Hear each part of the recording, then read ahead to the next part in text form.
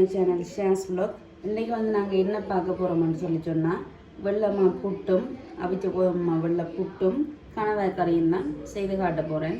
அதுக்கு வந்து இப்போ கோதுமை அவிச்ச கோதுமை இதால் வந்து 2.5 சுண்டு எடுத்து வச்சிருக்கிறேன். அவிச்ச கோதுமை அதுக்குள்ள வந்து உப்பும் போட்டு இனி சுடுதண்ணியால் புட்டை குழைச்சிட்டு பார்ப்போம். எல்லாருக்கும் தெரியுமென்றதால வீவா ஒன்றும் காட்டே இல்லை.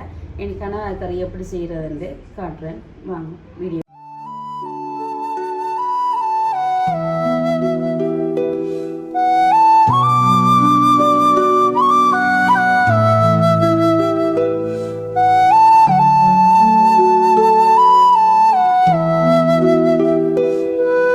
இன்றைக்கு வந்து நாங்கள் என்ன பார்க்க போகிறோம்னு சொன்னால் யாழ்ப்பாணத்து கணவாய் கறி, அதுவும் புட்டும் வெள்ளை புட்டும் கணவாய் கறியும் அந்த மாதிரி இருக்கும்.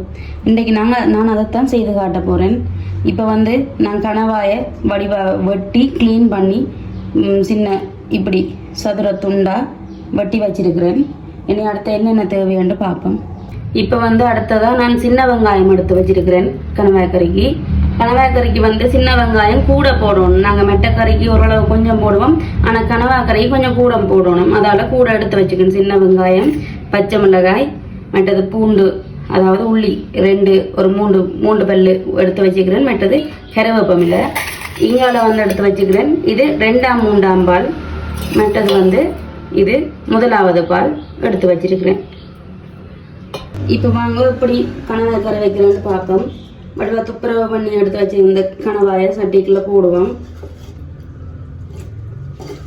இது வந்து மீன் கறி, நாங்கள் யாழ்ப்பாணத்து முறைப்படி மீன் கறி வைப்போம், வதக்காமல் இருந்தாமல் அப்படித்தான் வைக்கிறது. அவங்க இப்படி செய்கிறேன்னு பார்ப்போம்.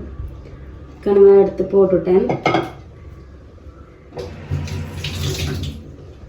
அடுத்ததான் வந்து சின்ன வெங்காயம்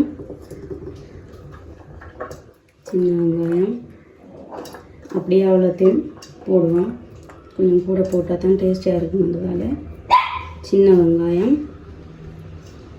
மிளகாய், பச்சை மிளகாய்த்தூளும் போடுறதால இது காணும். அடுத்ததாக வந்து உள்ளி,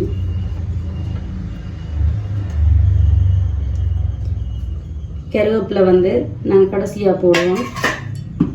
இப்போ வந்து நாங்கள் மிளகாய்த்தூள் வீட்டிலேயே நாங்கள் செய்த மிளகாய்த்தூள்,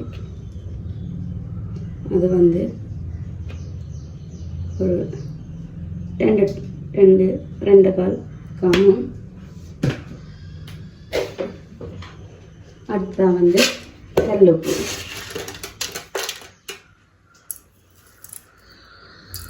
காணும். இப்போ நாங்கள் பார்த்தும் போடலாம் நான் நினைப்போம். இப்போ வந்து 2வது 3வது பால்,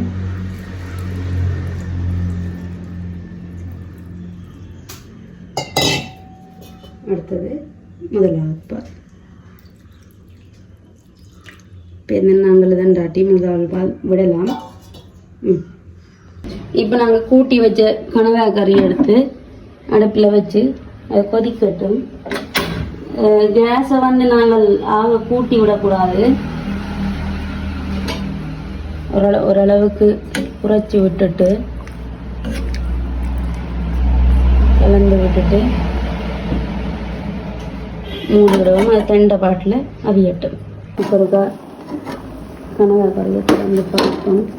உப்பு காணுமோன்னு பார்ப்போம். நாங்கள் முதல் உப்பு காணுமோன்னு பார்க்கல தானே. இப்போ வந்து உப்பு காணுமோன்னு பார்ப்போம்.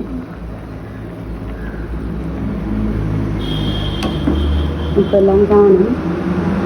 சில பேர் வந்து வதக்கி வைக்கிறது வந்து கொஞ்சம் கவனமாக இருக்கணும். வெண்ணெயில் வதக்கியில் வெடிச்சு பறக்கும், அதால் கவனமாக இருக்கணும். நாங்கள் வந்து வதக்கி செய்கிறதில்ல, மீன் கறி மாதிரி கூட்டி தான் வைக்கிறோம் நாங்கள். இனி இது அவியட்டும், அவிஞ்ச பிறகு பார்ப்போம். இப்போ வந்து கணவாய் கறி என்ன கட்டத்தில் இருக்குன்னு பார்ப்போம். நல்லா வத்தி வந்துட்டு நாங்கள் எப்படி போட்டு நாங்கள் வேறங்க எப்படி அவிஞ்சு வத்தி வந்துட்டாங்க.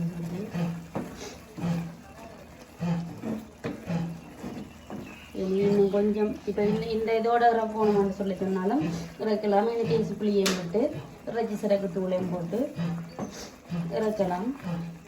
இப்போ இன்னும் கொஞ்சம் நாங்கள் வத்த விட்டுட்டு இறக்கலாம். இது வந்து கனவாய் கறியை திறந்து தான் இப்போ விட்டேன் நான். அதுக்கு வந்து கருவேப்பமில்லையை போட்டு அப்படியே கலந்து விட்டுட்டு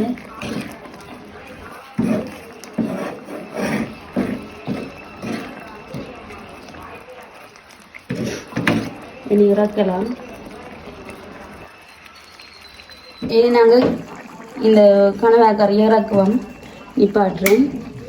இனி நாங்கள் இந்த தேசி புளியை மறுத்தின விட்டு இறைச்சி சிறக்கு தூளையும் போட்டுட்டு மூடி வைக்க வேண்டியது. அடுத்தது புட்டை பார்ப்போம் என்ன மாதிரி என்று. ஒருத்தின காணும்.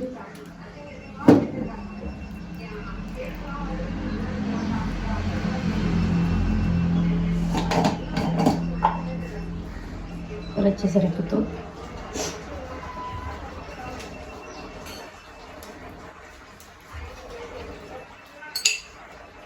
கூடுதலாக எங்கள் இறைச்சி சிறக்கத்தூள் ஜாழ்ப்பாணத்து சைட்டில் இறைச்சி சிறக்கத்தூள் போடுவீங்கன்னா எல்லாத்தையும் போட்டு கலந்து விட்டா சரி. இப்போ வந்து கூட்டமாக வச்சாச்சு.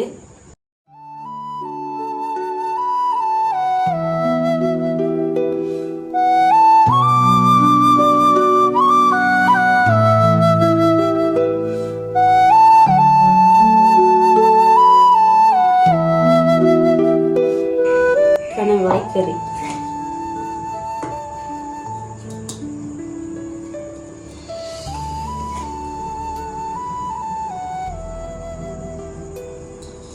அடுத்தது வந்து இதோட சேர்த்து நாங்கள் இன்றைக்கி முட்டையும் பொரிச்சிருக்கிறோம். இதோட சேர்த்து வந்து நாங்கள் முட்டையும் பொரிச்சிருக்கிறோம். அதையும்